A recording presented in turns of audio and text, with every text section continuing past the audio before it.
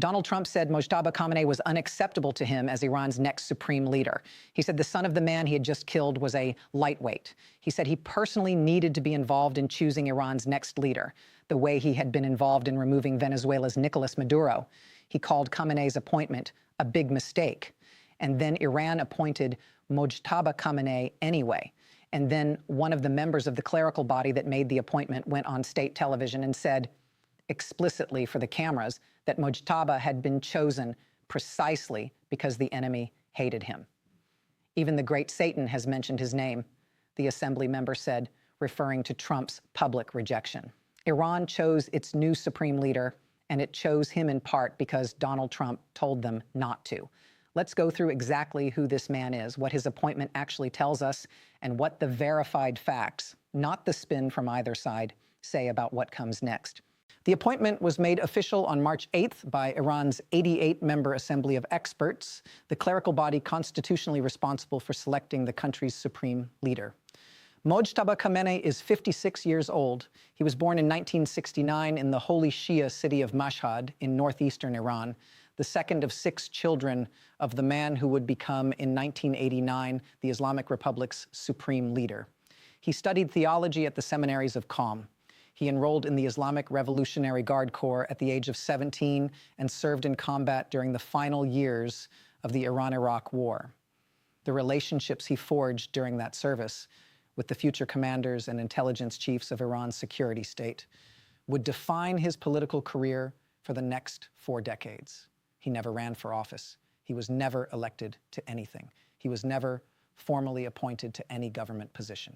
The U.S. Treasury sanctioned him in 2019 during Trump's first term, specifically noting that he represented the supreme leader in an official capacity despite never being elected or appointed to a government position aside from work in the office of his father. That is the American government's own description of the man who is now in charge of Iran's armed forces, its intelligence apparatus, its foreign policy, and its nuclear program. Before we go any further, let's establish one fact that has received far too little attention in the coverage of this appointment. Mojtaba Khamenei's father reportedly did not want him to be the next supreme leader. According to sources within the Assembly of Experts reported by Iran International, the late Ayatollah Ali Khamenei was not pleased with the idea of his son's leadership and never allowed this issue to be raised during his lifetime. He feared, according to these same sources, that a hereditary succession would look like the restoration of a monarchy, precisely the system the 1979 Islamic Revolution was founded to overthrow. The chants that defined that revolution were about destroying the Pahlavi dynasty and ending the rule of the Shah.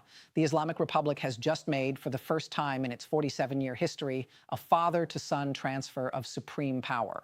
The man the revolution was built to oppose has now, in a profound structural irony, been succeeded by his son. The regime the revolution created has become, in its moment of maximum military pressure, the thing the revolution was designed to destroy. The IRGC drove the appointment. According to multiple reports confirmed by the New York Times, Iran International, and the Jerusalem Post, Revolutionary Guard commanders applied heavy pressure and repeated contact on Assembly of Experts members to vote for Mojtaba beginning in the early hours of March 3rd. There was dissension. Some clerics objected on grounds of religious legitimacy. Mojtaba holds the rank of Hojjatul Islam, a mid-level clerical position, not the higher rank of Ayatollah traditionally considered appropriate for supreme leader. His father was also not an Ayatollah when he was elevated in 1989, and the law was changed to accommodate him. A similar accommodation appears to have been made here. The IRGC wanted him. The IRGC got him. What that means in practice is that the institution which controls Iran's ballistic missile arsenal, its overseas operations, its domestic security apparatus, and its vast business empire has now effectively chosen its own supreme commander. The civilian and clerical checks on IRGC power, already weakened over the course of Ali Khamenei's 37-year reign, have been weakened further still. Now let's talk about who Mojtaba Khamenei actually is, because he is not merely his father's son. He is a specific political actor with a specific documented history. U.S. WikiLeaks cables from the late 2000s referred to him internally as the power behind the robes. Analysts at the Iran International Research Institute described him as acting as a mini supreme leader inside his father's office for years, directly coordinating military and intelligence decisions overseeing IRGC appointments, managing Iran's vast overseas financial networks. He studied under Ayatollah Muhammad Taghi Mesbah Yazdi, a cleric known for calling for the killing of Iranian youth who promoted what he described as Western immorality. He is believed to have engineered the electoral rise of hardline former President Mahmoud Ahmadinejad in 2005 and his disputed re-election in 2009, which triggered the mass Green Movement protests that shook the Islamic Republic. And then, according to multiple credible reports, Mojtaba personally supervised how the Revolutionary Guard crushed those protests. Iranian protesters in 2009 knew exactly who he was. One of the documented chants of the Green Movement was, "Wish you death, Mojtaba, so you would never be the next leader." He became the next leader anyway. Khazra Arabi, a leading Iran analyst, described Mojtaba in a single sentence.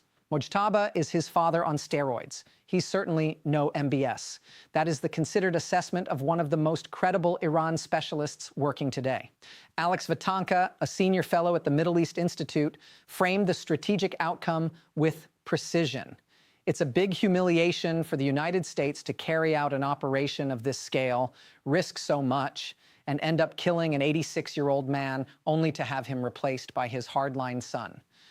Paul Salem, also of the Middle East Institute, was equally direct. Nobody emerging now is going to be able to compromise. This is a hardline choice made in a hardline moment. Here is what makes this appointment strategically different from the death of his father. Mojtaba Khamenei has personal reasons for the position he now occupies that go beyond ideology and beyond institutional loyalty. On February 28th, the first day of Operation Epic Fury, the day the war began, the U.S. and Israeli strike that killed his father also killed his wife, Zara Haddad Adel, his mother, his sister, and his brother-in-law. His family was killed. He was not present at the time and survived. He is believed to have sustained injuries in a subsequent strike, and Iranian state television has referred to him as a janbaz, an injured war veteran. The man now in command of Iran's armed forces and nuclear program lost his entire immediate family in the opening hours of a war launched by the countries he is now in charge of resisting. The regional analysis, confirmed by Newsweek's coverage of this appointment, is that personal and existential grief of this magnitude eliminates any chance of the diplomatic off-ramps the U.S. has previously offered. This is not ideology. This is a man who has buried his wife, his mother, his sister, and his brother-in-law in the first week of a war. What does the United States believe that man is going to do next? The nuclear question is the one that concentrates the minds of every Western intelligence service right now.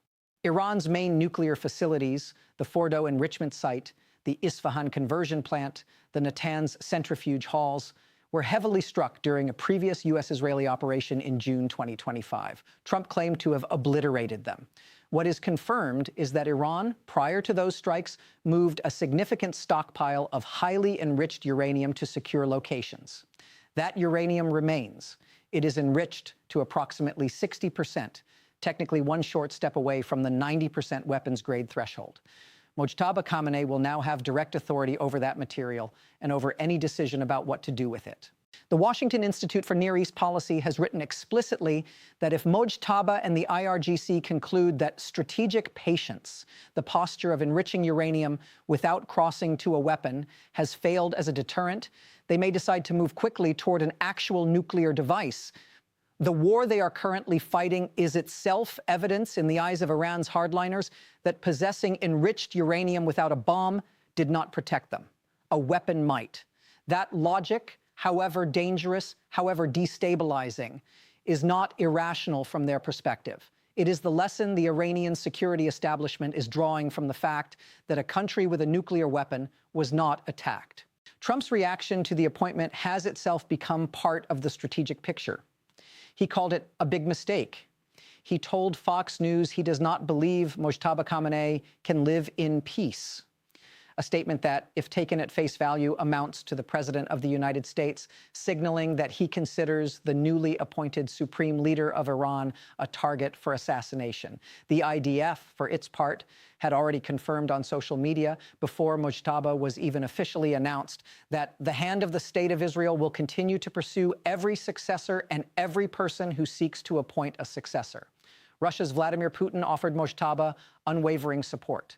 China stated it was opposed to any targeting of the new supreme leader.